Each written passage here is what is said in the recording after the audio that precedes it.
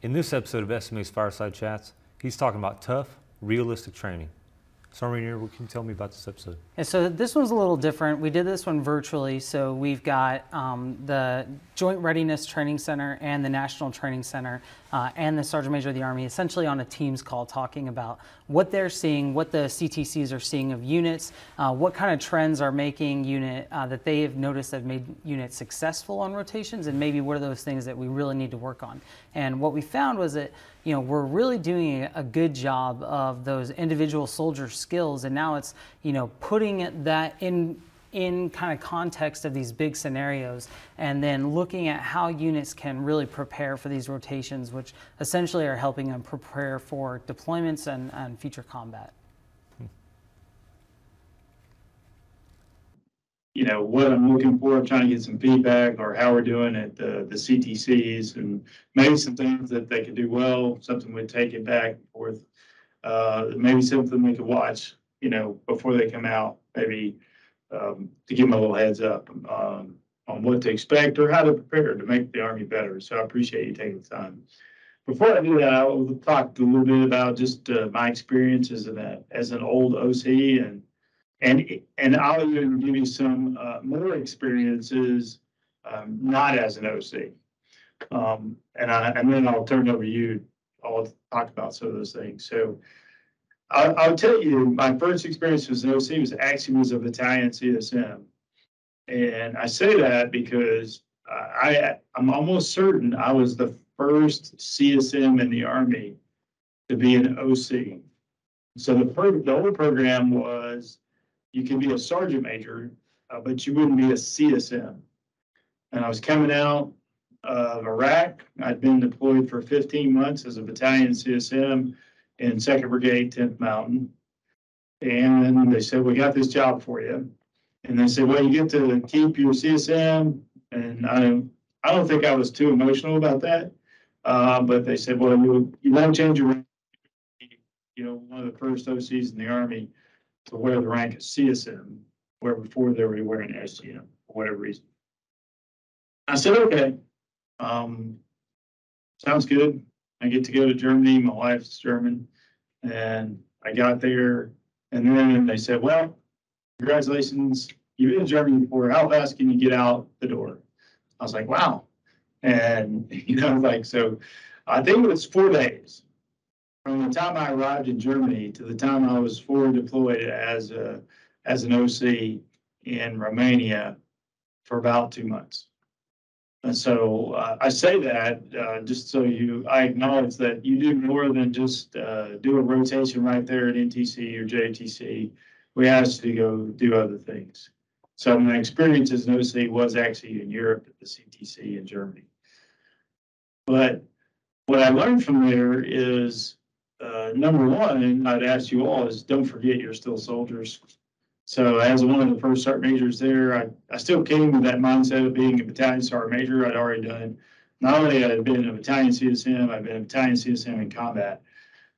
So that shaped my influence on how I was going to see those rotations as they come through.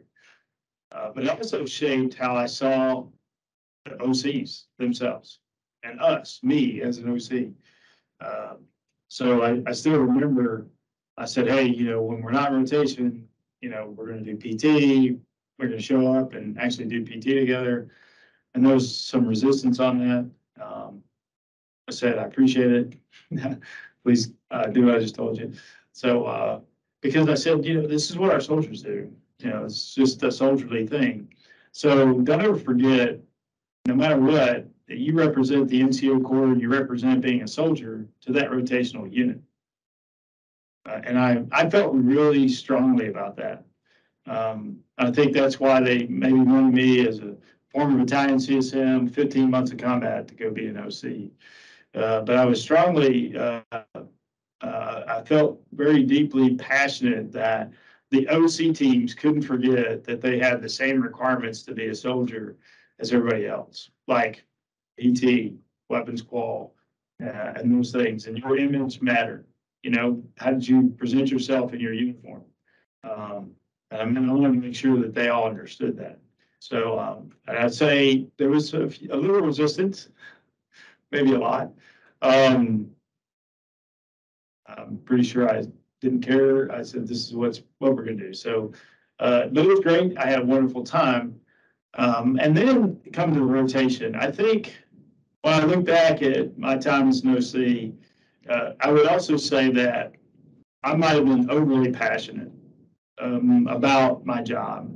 And I say that because of the time. You know, that was my second deployment to Iraq. I'd already had 2 deployments. And I wanted to make sure when those soldiers deployed, they were ready for combat, because that's what we're doing. You know, go to rotation, deploy to combat. There wasn't a when or if. You were deploying, you go to rotation, go to combat. I think everybody's experienced that in this, hopefully in this room, maybe not. But at that time, everybody was deploying. You did a rotation, then you deployed. So when I looked at a unit, I pushed them extremely hard to make sure that they were ready to go. And what I found is most times back then, for that couple of years, most times, believe it or not, we were really hard on our leaders.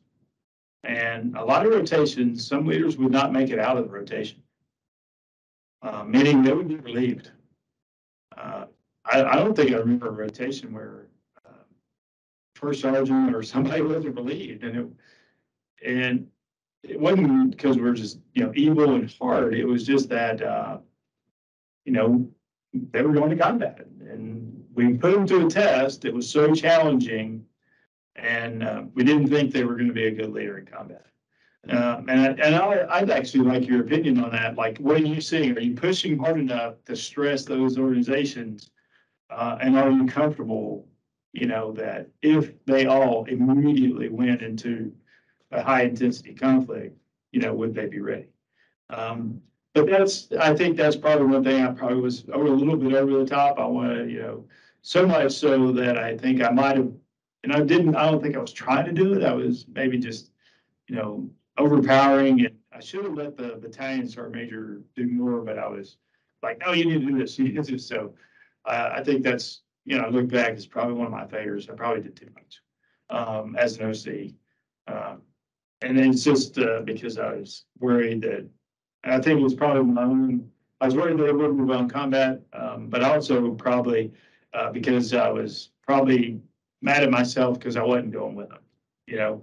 This is the first time I'd actually, not been in a rotation where I was getting ready myself to go to combat.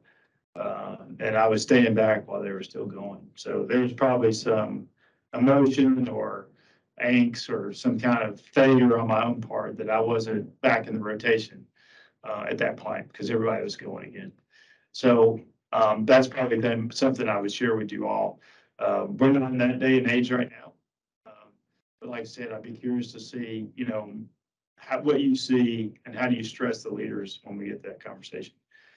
And then the last little thing I'll tell you about is a little differently is as not as an OC is I've gone through that, and then I got 1 brigade rotation and then deployed with them later on. And then I got CSL selected while I was in Afghanistan to do a 2nd brigade. It was the 4th Brigade, the 101st. And then I went back, did a JRTC, another rotation, and then went right back to Afghanistan. So by that time, and I'm pretty sure I'm not as famous at JRTC as I was back then, but I became very famous all of a sudden when a unit of mine, they did an exercise at JRTC, and I was the brigade sergeant major, and the RTU, as you would all like to say, and I said, they need to do it again. And all of JRTC, I thought the earth stopped rotating, and like everybody come up like, what happened? Like, you can't do that. And I said, well, I'm the brigade sergeant major. I don't think they were training to the standard that we were training them to get there, and I wanted them to do that task again. And all the OCs at JRTC flipped out. Everybody was going crazy, and helicopters came in, tried to pick me up. I don't know what was going on, but my name was pretty famous. Like, oh, you're that guy. You did that, And I said, yeah, I got to deploy them to combat, and I really appreciate you as an OC, but these are my troops. So I'm hopefully that story went away, but it lasted for a few years. But I caution us again as we move forward is this is why I caution the whole Army about rotations is no matter what, you're a leader and you're in charge, and you're the one that's going to have to deploy to combat with your people. And what I found the caution in the Army would be is sometimes at that time we had gotten really comfortable with handing our troops off to be trained. We didn't train them. We wanted you all to train them, and then we go to combat. We were doing that for all the right reasons. You know, we were busy, and we were putting people in at the last minute, getting them all together, and then deploy. But I don't think I would ever, give away my authority to be the master trainer in my organization. And that's how I felt very strongly about that at every level. But I usually caution us to do that because I see this all the time. As an Army, sometimes it's like, well, we'll let the strength coach put together the PT plan for our soldiers in holistic health and fitness. But that's good because they're really good. But don't forget that the best coach sometimes on physical fitness may be the sergeant in that unit. And if they're not there, how do we train them to be that? And don't forget that because training is a key important what NCOs do. And I caution us all on that fact. And that I felt very strongly at that as brigade sergeant major and became brigade friends for a small period of time. So that's a little bit of my experiences. I already told you one question that I'd like to get your thoughts on, but I got some other here. Really, how are we doing? And I'll ask these probably sequentially. So first of all, it's like, how do you, going back to that first question, I'll go to JRTC first, right? And I'll kind of restate that, is do you think we're stressing enough at a high intensity conflict so that soldiers, if they were to go fight in a scenario, Russia, China, would they be ready? Because that, to me, I think that would be a very stressful situation. And have you seen leaders not do well? And then what happened? What was all good? Do you retrain or just go, yeah, you were terrible at it. Hopefully you work that out at home station. So like I said, I gave you plenty of time to think about this, JRTC. So don't let me down because the Army's counting on you. Go ahead. It's our major, from JRTC, I'll tell you, we absolutely are stressing units. So, during the RSO&I phase, held during, LTP or the lead up to the rotation, we're kind of gaining a baseline understanding of where the units are at. So when they come to JRTC, we're meeting them where they're at, but we are pushing them every day. When they feel like they're getting successful or something or comfortable with something, we're turning the screws. We're turning up the rheostat on them. Colonel Hardman likes to refer to it as Ranger School for company commanders and above and staffs. Have we pushed, have I personally seen leaders or primary staff members push to a breaking point? Absolutely. And to your comment, have I seen people's, positions on brigade staffs or command teams, frankly, lose their job or not lose their job, but be removed because of their performance at JRTC? That has happened. It's not the norm. But it has happened in the past based off of just the stress that was induced or, their ability or inability to execute what was going on in kind of the dynamic scenario where things aren't rigidly scripted. It's more free play here. Does that answer your question, Sergeant? It does. I don't know. I do want to clarify it. My goal isn't, make it so hard that we relieve somebody every cycle. So if that came across that way, please take that out of your mind. I just need to make sure that we're having the rigor, to prepare them for the next conflict. And I'll turn it over to those two wonderful gentlemen on your left and right for any comments. Yeah, Sergeant Major. One of the things that comes to mind in reference to how we're pushing units really is about, we're kind of those guardrails as the OCs. And, when we think that the unit is almost at the breaking point, we come together in a conditions check, and that's truly, are we in the right place where we need to reset and rewind and go back? Or if we move forward, what is the risk that we're taking? Is it risk to force? Is it risk to mission? And most of the time, we move forward because we know we can trust the OCs to make the call. We make good recommendations to the COG, and we push them through it. But there are times when we say, hey, let's rewind. Let's go back and do another car. Let's roll 24 hours because we're not where we need to be. And so I think we do that a lot through good, candid feedback in our conditions check, and truly, as Sergeant Majors, making those hard recommendations to the COG to adjust the rheostat.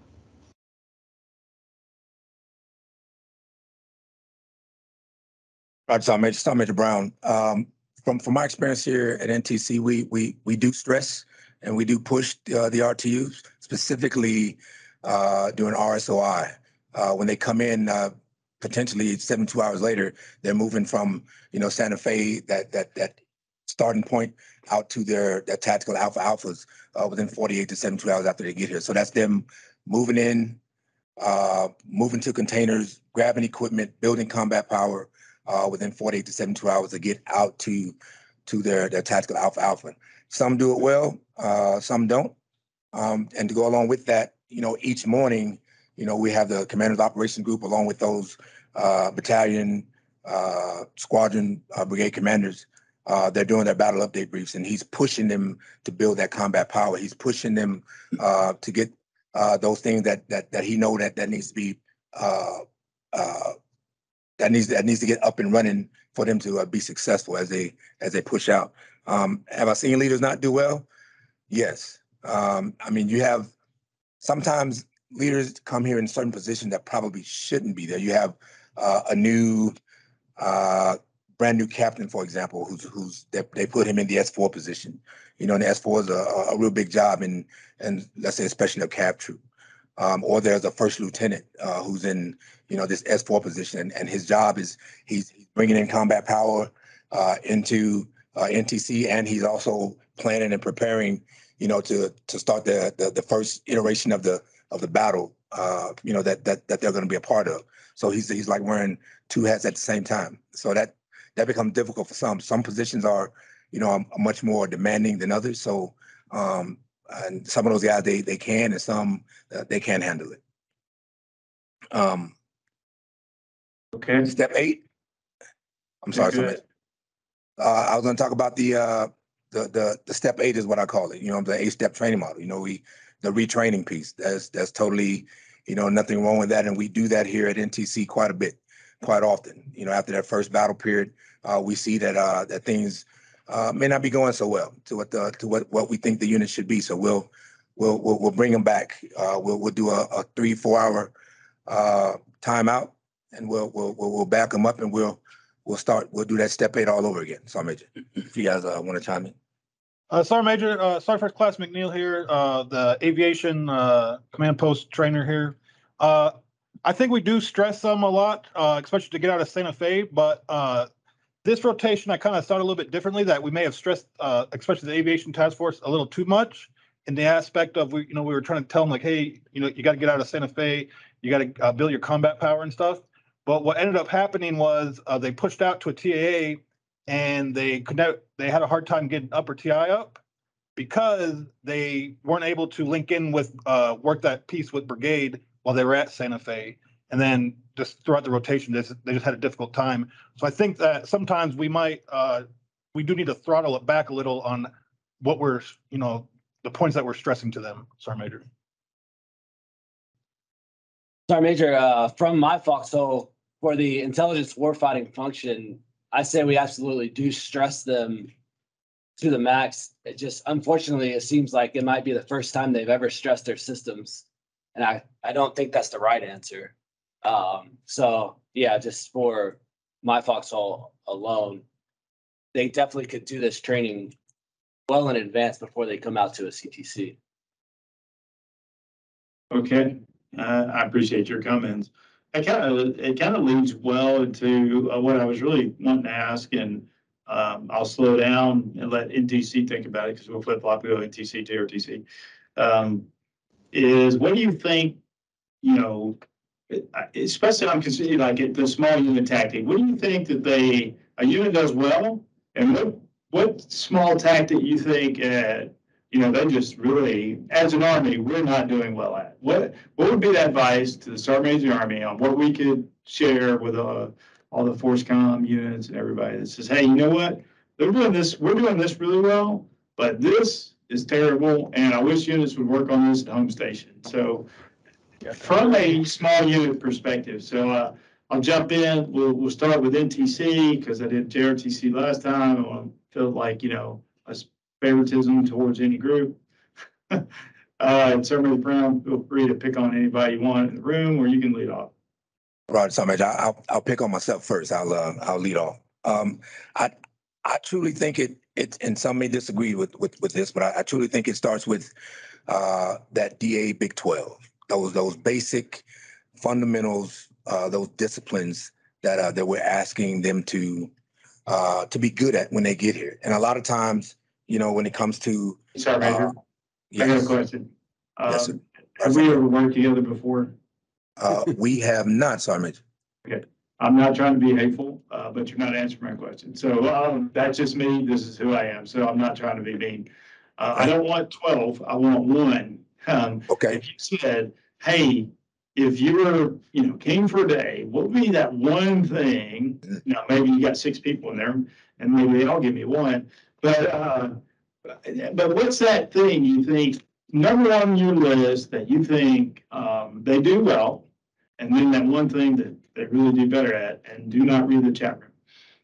Okay. Well, I'll start with what they don't do well, Sergeant Major, and that's PCCs and PCI. You know, I've grown up that you know, asking is not checking, checking is checking. So we do have those subordinate leaders that come in and, you know, they're asking their soldiers, hey, do you have, you know, batteries for your nods, for example? Do you have your radios turned on? Do you have, you know, this or that? And they're not checking it. They're leaving it up to, you know, the first sergeant or the commander, you know, when it's time to conduct, you know, the mission, to actually go around and actually check to see if the soldiers are prepared and ready to go. So, you know, we're asking, you know, that young E5, that young E6 to do the hardest thing in the world. And that's, you know, one, to be a leader of your peers, you know, but then, you know, to put that added stress on them, you know, to get things done. You know, so the PCCs and PCIs of the TLP process, I think it's lacking. You know, I do think that in some aspects, you know, some do it well and some don't.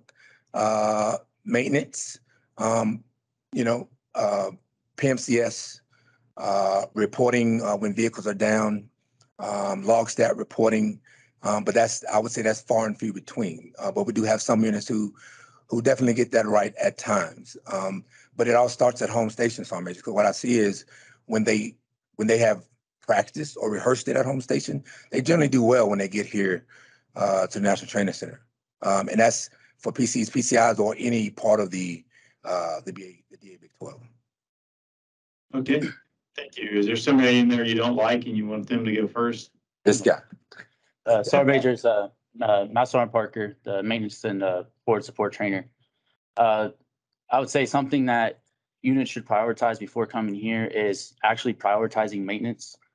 That is everything, dealing with whatever will support them with shoot, moving, and communicating. So a lot of units come here and they struggle with operating their JVCPs, their FMs, whatever their communications platform is. They struggle greatly with it. And for the sustainment part of the rotations, if they can't communicate across the battlefield, they're going to struggle sustaining the rest of their organization throughout the entire fight here at NCC. And then also prioritizing the maintenance of their equipment. There's a lot of command teams that say they prioritize maintenance, but then they come here and their OR is struggling the whole time they're here. That tells me that it wasn't a priority before they got here. For example, we've had a couple tank companies that couldn't even get a 3 of 13 of their tanks to be FMC at all during the rotation from the start through the end. So the leading cause of that, from my assessment, is prioritizing scheduled services back at home station, having drawn out, well-planned service plans to make sure their vehicles are getting properly maintained leading up to their CTC rotations. As far as what I've seen that goes well, I would say soldiers coming here, highly motivated and ready to get after training. I've seen that a lot. Of course, you have soldiers who are disgruntled here and there, but usually when the soldiers get here and the leadership gets here, they're motivated, they're ready to go. But sometimes they're just fighting the uphill battle if they didn't prioritize their maintenance appropriately before getting here. And that's all I have, Sergeant Major. Okay, thank you. So I just want to let you know, all I heard was you disagree with Sergeant Major Brown because he said the thing they do well is maintenance. Okay. At times, Sergeant Major, at times. Yeah, but which one is it? We do well or we don't. So, Sergeant Major, I would say they do well Yeah, with you their can't. maintenance. No, it's too late. No. I go. I heard you disagree with Sergeant Major. Sergeant Major, you got somebody else you want to pick on in there? pick on this guy, on Johnson. That's amazing. I can't see it from Sergeant Johnson, both team, the audiovisual instrumentation. I see it from a different perspective because I work in operations and I listening to all different communications on the net, and we're dealing with the miles issue. And that's for us, that's kind of like one of the biggest issues sometimes is miles. Miles rules the battlefield. During the first few days of RSI, we always have issues with miles being installed or not active, not working. And before they roll out, if that's not working or that's not installed, then it causes issues because you cannot track the units. So from my perspective, from our side, it's more of the miles instrumentation being actually ready to roll out so we can track and see what's going on once we start getting on force enforcement. That's an A. Okay, I think that was a negative. Is there a positive? It's half and half because there are some units that will come here, everything's installed, everything's great. They got their teams out there, they get the vehicles, they get the aviation, they get everything set, boom, they're ready to go. Others, it just seems to lack that. And so during the first week in RSI, that would be brought up a lot. What is your miles status? We need to get this stat. You need to get this done. Otherwise, you cannot roll out. So it's really half and half. 3 rotations would be great. 2 rotations, it'll be bad. So it goes up and down. Sergeant Major. Okay. JRTC, could you got to step up your game. What's number one? And one thing they want to do well, one thing they think they do well, and it can't be both. So it can't be the same one. Just kind of caution you as we switch to JRTC is Miles' issue is really good, and then it's also really bad. So pick a side, vote, and don't. JRTC, you're doing. Good, Sergeant Major. Hey, Sergeant Major, so from JRTC, something that we're doing well at small unit, I'll say company battery troop and below, is emphasis on CASEVAC and medevac planning. Companies, batteries, and troops are absolutely getting after the plans. At the larger echelons, we're seeing a lot more emphasis on, the medevac rehearsals being prioritized and not being pushed, and that's trickling down. Truth and transparency, we haven't seen a massive reduction in the died of wounds rates, but that's not due to lack of planning. That's just due to the environment, the operational environment at the time, not being able to get platforms to casualties or casualties back to platforms. But the plan is there. Definitely seeing a lot more emphasis at the small unit level with regards to CASEVAC and medevac planning. From my standpoint, being an infantry guy, I will tell you, I think one thing that we're not doing so hot at from the BCTs that we've seen, and this is kind of, writ large and all encompassing, but it's patrolling discipline. And what I mean, I'm talking dismounted maneuver across country at night, using the appropriate movement formations and techniques, using hand and arm signals, pulling security at halts, making contact with the smallest element possible. I don't think we use the small UAS that we have down at the company, battery and troop level, well enough, make contact with your small UAS, get the mortars into action there, the HE into play, and then maneuver. So the actual patrolling discipline leading into combined arms maneuvers, where I think we can kind of apply a little bit more emphasis across the force from my perspective. Sergeant Major. I'll just expand on that a little bit, Sergeant Major. When from a larger perspective, when we say and use. Okay, no expanding. No, I agree with them. So number one, what do you say? Number one, you think they do well, and then number two, what could they improve? Okay. So in other words, I'm also saying if you're going to disagree with your sergeant major. I would say that one of the other things that we discussed that they do well is soldier load, management of soldier loads. Are you reading off a cheat sheet or something? No, we worked on some notes, Sergeant Major, whatever beforehand and during the discussion. But I gotta make sure he didn't write something down and say you better say this. No, we narrowed it down. We were narrowing it down to just one from JRTC, and we were sticking to it. Okay. But the other thing we were debating here was soldier load, and I think that it's something we place emphasis on early to weigh those loads, and we've made a lot of progress in the last. I would say in the last year. I've been here about a year and a half. So in the last year, we've seen a significant. It's gotten back to the force that they're going to get checked when they come to CTC, and if they haven't properly planned their loads, they're going to have some constraints placed on them, not only themselves internally, but from us as well. The thing that they can do better is, ironically, is we put sustainment. And I think to narrow that down, because that's pretty broad, sustainment, but where we struggle is where does the message go when the small unit sends the report? It's not making it out. It's not making it all the way back to the BSB and the timely matter that it does. And when it, especially I'll speak on aerial sustainment because we rely on that heavy in this environment. We're not timely enough with it.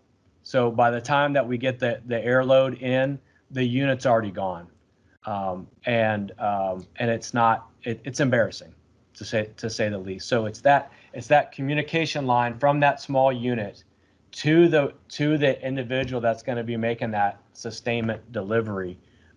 We have a big disconnect, whether it be because of communication systems or prioritization of those sustained classes of supply. Okay, and that's fair. Thanks for even narrowing that down to sustainment. You know what? I will say this: it's actually really good to hear that the Army's doing better with soldier load. I still remember probably 10, 15 years we talked about this, and it's like soldier load, and we were terrible at it. We just keep adding something and adding more to it.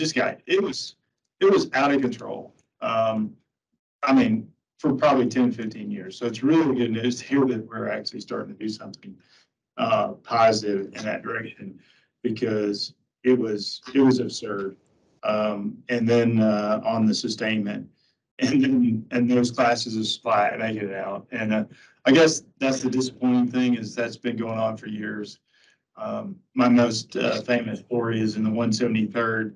The guy and all my infantry friends could run out of the woods. Hey man, you got some water? Yeah, sure. We'll give you some water. But yeah, you should probably plan for that. I guess that's been going on. But specifically, they probably requested it and it just never got up. But we've got systems now that should do better at that. But okay, I appreciate that. Okay, you ready for the next question? So now it's going to you, JRTC. What do you think leaders, when those people that come in and they have a successful rotation, what was that one thing that made them successful, or that one thing that hindered their success. So you've seen units come in that done well, you know, man, this is what they did. This is, how did they do? And then, you know, you've seen them not come in and like, what do you think? Man, they should have worked on that before you got here. Other than, you know, like you already said, PCC. Sergeant Major, the one thing I will say for successful units to come through JRTC is they exercise their sustainment enterprise at home station during their CTE. You know, it's not, they actually fight their BSA into the field, sustain the brigade instead of running back from garrison, you know, kind of, hey, we need more MREs. Let's go back to the COF, grab more MREs. They're fighting the sustainment enterprise. The units that have done that and come here, they're, you know, haven't had a massive degradation in tempo or unnecessary loss in combat power due to culmination because of their inability to sustain. So I think the brigades that actually fight sustainment as part of their CTE or leading up to their CTE prior to coming down here, they definitely they fare better. You said you've seen them do that well, but there's a JRTC from that other side of that. I'll take what Not just a statement. Is there one thing you would give an advice on where you see people not do well? Is it going to be the same thing? I guess that would be the question. It could be on this. Sergeant Major, the one thing that really causes them to kind of fall flat is their communications plan. And to be more specific is the BCT arrives with a different plan than some of the external, whether it be sustainment or whether it be aviation or, you know, whoever else is on the outside of that BCT. So right off the bat, when they're not synced, when the two different pace plans are set up, they just struggle. And then to take it a step further, when the environment hits them and they have a system go down, they tend to just throw their hands up and say it's an FSR problem. So the mid-grade leaders just don't understand how to troubleshoot the system, or they're not trained enough on a new communication system to really be able to work through some problems. And then so they fall back to, unfortunately, I mean, JBCP is the primary communications. And I'm not saying that's a bad system, but we're so far beyond that in the communications realm. But we're not seeing any of those things get put into play. Oh, that's unfortunate. Yeah, I can see that, especially when you bring different units in and they're all on some other kind of system. I may even come back to that and say, what could the Army do to help with that? So I'll let you think about that. But then over to you, NTC. Yeah, go ahead. So I think when we see units being successful as a whole out here, from my perspective, they're doing a great job at blending their troop leading procedures with their individual critical tasks. So across the board, if they're doing a good job with their troop leading procedures and they're doing their soldierly tasks and their job tasks at the same time, blending that well, it's more, I guess, cohesive across the battalions. And then that when the battalions are doing well, the brigade typically does well. Sergeant Major, no, Sergeant First Warner here. As far as like one thing that they kind of, It's not that's not the Sergeant Escobedo I just picked on, but go ahead. You're going to save him. Go ahead. Sergeant Major. So one thing that we see that leads them to be unsuccessful is basically syncing between the battalions and the companies when it comes to logistics and sustainment. And I think that's going to be a common trend, obviously, across the Army when they come to these CTCs, because as JRTC had mentioned, right, it depends on them stressing it at home station. And a lot of times that is what we see here too. They don't stress it at home station enough. So they do rely on just, oh, I can just go back to the rear and grab it real quick when the rear might be 30K away. And then the company XOs from my level, from what I've seen, we see them kind of have, they struggle to really stress what they do need and fight for what they need up to their battalion level. So like the armor companies that I train and that I have been with, a lot of times they find themselves too stretched out, and it basically allows them to just be underutilized and not be effective to support the battalion's mission. And now, once again, we had this question a few years ago, and I'd like to revisit it. Do you think we're doing at those, you said soldierly task a minute ago, I can't remember the person's name that just mentioned it. Do you think we're doing well at just basic warrior task and battle drills, JRTC doing a range card, low fire reduce the stoppage of the 50 cal? I mean, those just, and I know NTC and JRTC aren't designed just to look at all that. I know I heard it a lot when I was a fourth class major, kind of told I don't care, I want to look at this. But from your sense, are we doing well at those basic soldier tasks? And if you could give me something specific, like, yeah, we are doing well, or if there's something that we're not doing well. So just basic, soldier tasks. A range card is my best example.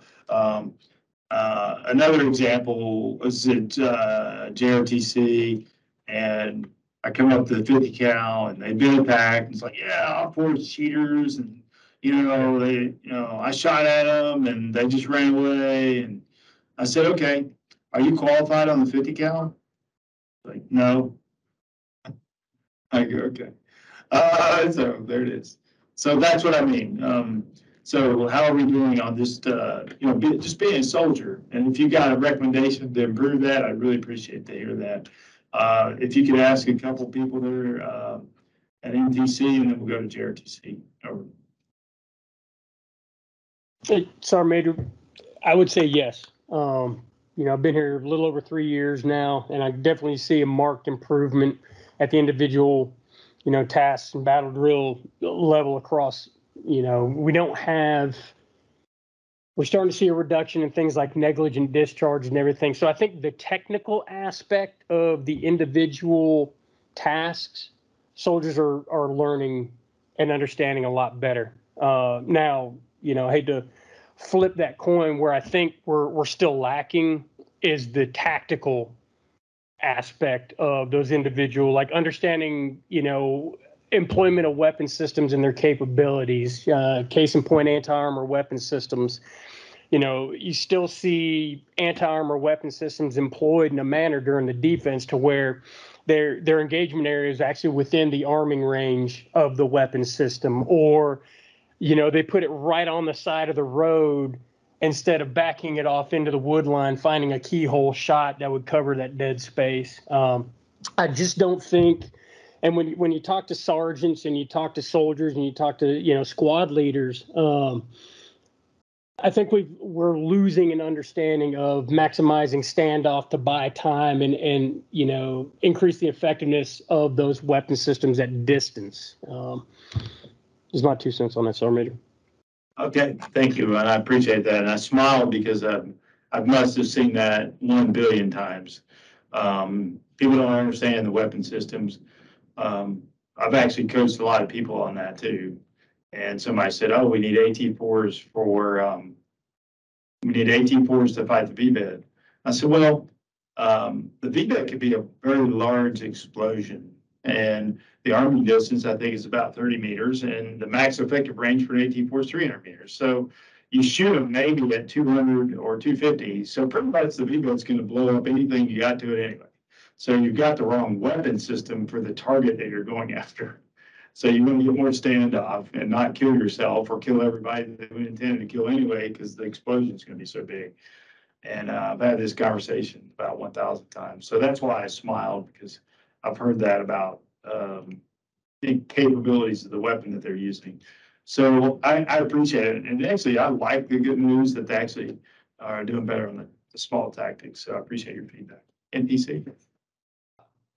I think there's a gap on both aspects, tactical and technical, at the unit level.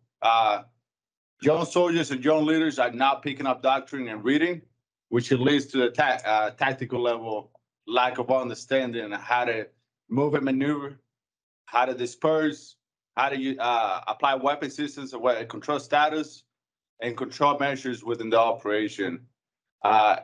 And a lot of times you see a huge impact on it because they'll end up losing a lot of combat power because we just don't know how to place what and where. The weapon system is a huge problem. Soldiers don't know how to use them or the capabilities of it. I used a stinger to try to kill something that's flying 15 Ks up. Unlikely. So it's just, I would say like at a platoon, maybe even company level, there's a little bit of lack of understanding on those gaps, I imagine. So I think in my time of being here, especially moving from force on force into, force on force under live fire conditions, I think their crew drills, it brings a positive because you can see that they have practice, that they have trained in this aspect prior to us moving into the live fire, and that goes for any weapon system, even individuals when the dismounts on the ground. They, for the most part, they do hit what they see, and they kill what they shoot at. But as a whole, I think that is a positive. Sergeant. Okay, Sergeant Major, thank you for your comments and questions. And I just want to say I really appreciate what you do. And we're kind of at a small inflection point in the Army. I will remind everybody that we still have soldiers in Iraq. We still have soldiers in Syria. We're still in combat. It's almost like people forgot. I don't forget at all because it's still a dangerous place, but I remind everybody of that. But I say this too because I want you all to make sure when you're training these individuals, you're training them for the worst case scenario. And I remember the 90s. The 90s is that interwar period. I'm a Desert Shield, Desert Storm veteran, and then, until 2001. We didn't really, start really going back again until then. But your job is to make sure that when the nation calls on that brigade that you trained at NTC or JRTC, are they ready? And if they're not, it's your fault. Did you push them hard enough? So when you wake up every time, every rotation, you say, did I give it 100% in the event that we had to go fight a near peer adversary? And that's how you should approach every day. And I hope and pray we never do that. And you should hope that same thing. But do not take your eye off the ball. And if it never happens, just be really happy about it. But I know soldiers they'll complain, oh, why are we doing this, and all that. But in this group, you should understand why we do it. We've always said we don't want to lose that first battle. And I think the only way we do that, make sure that we don't lose that first battle, is that you all train them extremely hard. So when that first battle comes, believe it or not, it'll be dangerous, it'll be bad things are going to happen, but they can at least say I was well prepared. And I want you to wake up every day doing your job. And I'm really proud of you. And I really appreciate it. So now that we close this, I've got a couple more minutes. I just want to say, anything you ever wanted to know about the Army? Any questions you ever want to have? Sure, you may not like the answer. Sometimes it sounds like no. But I always answer the question. So let's go to JRTC. We go JRTC, NTC. NTC, you got more people, so I'll give you two questions. The only question I've got, having the conversation with Sergeant Major Sims, and I understand the kind of the constraints on the armored community with their rotational cycles and anything. Has there been conversation about more armor integration into JRTC as part of a IBCT, so we can work the true combined arms maneuver piece, kind of like the old combined arms teams aspect? We saw it with 2-4. We've seen it with one other IBCT. I think it pays dividends, and I think it's a massive training value based on kind of what I think our next threat might be. Okay. The answer is no. But we did develop the mobile detector fire. so that they'll have a, some kind of firepower, light tank, although the armor folks say that's not a tank. Looks like one. So, it's got big tubes, sticks out the end, you shoot a big round out of it. It's artillery or tank, I don't know. Is it direct fire or end fire? It's direct fire. So I think that's the solution for armament integration is the mobile protected fire. We just rolled out the M10 Booger.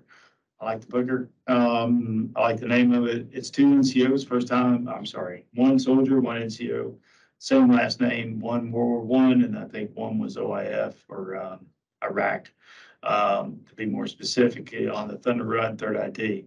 So I think that's how we're going after it from a programmatic solution as opposed to go get an ABCT, send them to JRTC. They're stressed. We got 5 brigades over Europe, 2 ABCTs. There's only, 10 or 11 in the Army, so they're going all over the place. So right now it's hard to say, hey, I know we just got back. Could you please, send a, battalion to JRTC? So the Army solution is the Booker. So right now we don't, see to increase that. We've just developed the system to do. Hopefully that answers your question. Okay, anything else for in there? No, good, Sergeant Major. Good, Sergeant Major. Sergeant Major Brown, I just had a question for you, Sergeant Major. In your time as SMA, with the initiative that you brought forth, is there anything as you close on your time, anything that you wish, whether professionally or personally, wish you could have done differently or you could have added to, Sergeant Major? I don't think I could add to anything. I mean, I'm gonna be honest with you. I got a long list of stuff that I didn't complete. And I usually say this comment about that is, if it dies when I leave, then I should never have been doing it in the first place. So my goal is to do what's right for the Army, not what's good for, SMA Grinston. So there's a lot of things that we have going in the Army that Sergeant Major Weimer is going to probably, hopefully take on and get some of those things done. But is there one thing that I wish I could snap my fingers that would get done right now? Well, there's more than one. There's a whole bunch. I'll give you one that's not too controversial. Is, believe it or not, how we feed our soldiers. We got a pilot, and it's been much harder than I anticipated to get done.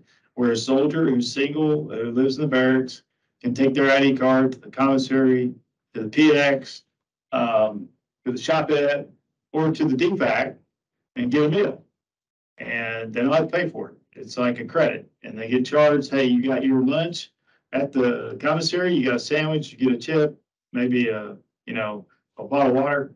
And then it says, okay, that was your lunch, as opposed to just going to the DFAC, if that's an option you want. But you can go to the DFAC, but not give them full BAS, but have all those options available so we know they're going to get fed. I say this because a lot of our college campuses do the same thing. I know because I got 2 daughters in college. Is that you pay credits, and they don't get the money; they get credits. And if they want to eat here, it gets counted as a credit. And if they want to be there, they eat over there. I'm very frustrated. I didn't get that complete before I left. I know I will not get it complete. We've had a stall for that. But that's not the only thing. I mean, I promise I have a very long list.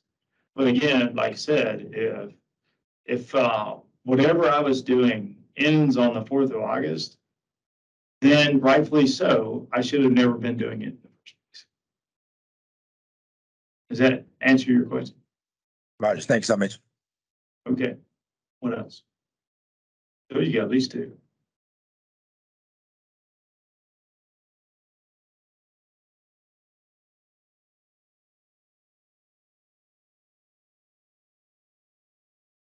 I think we're all out of questions, Sergeant